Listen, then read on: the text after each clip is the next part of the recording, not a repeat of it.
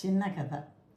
కథ పేరు ఏంటంటే ఎవరు చూస్తారన్న నమ్మకం కాదు, అది మనదే నమ్మకం అనమాట. ఏంటంటే చిన్న కథ ఏంటంటే, ఒక ఊర్లోని ఒక రాము అని ఒక అతను ఉంటాడు. కొంచెం అమాయకుడు అయితే అతను ఏం చేస్తాడు, ఒక విత్తనం పట్టుకెళ్ళి, అది ఒక పండు విత్తనమో కాయ విత్తనం పట్టుకెళ్ళి ఎక్కడో అడవిలో దగ్గర పాతాడు.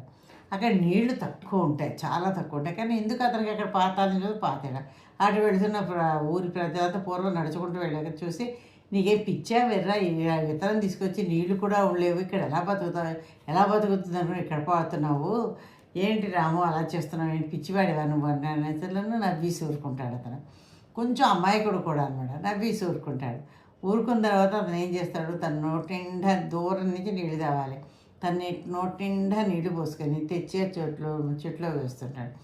ఇలా కొన్నాళ్ళలో చిన్న విత్తనం కాస్త అలా అలా పెరిగి పెద్ద చెట్టు అయింది, వృక్షమైంది. అది ఎన్నో పళ్ళు ఫలాలు ఎన్నో ఇస్తుంది, ఎంతమందికో నీడని ఇస్తుంది, ఎంతమందినో తన ఒడియో దగ్గర కూర్చోబెట్టుకుని ఓదారుస్తోంది, రకరకాలుగా పనులు చేస్తుంది. ఇప్పుడు అందరూ ఆశ్చర్యపోయారన్నమాట.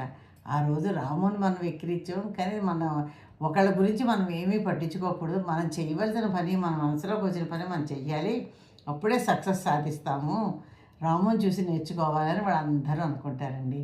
ఇదండి కథ. ఎప్పుడు కూడాను మన మనసులో వచ్చే మంచి పని అయితే వెంటనే మొదలు పెట్టాలి, కానీ అవతల వాళ్ళు యువతల వాళ్ళు వెనక వాళ్ళు ముందు వాళ్ళు ఏదో అంటున్నారని మీరు ఆ పనిని అక్కడ ఆపకండి, ఆ పనిని అలా కొనసాగించండి. ఎలా ఉందండి ఈ కథ? కామెంట్లో పెట్టండి. Thank you.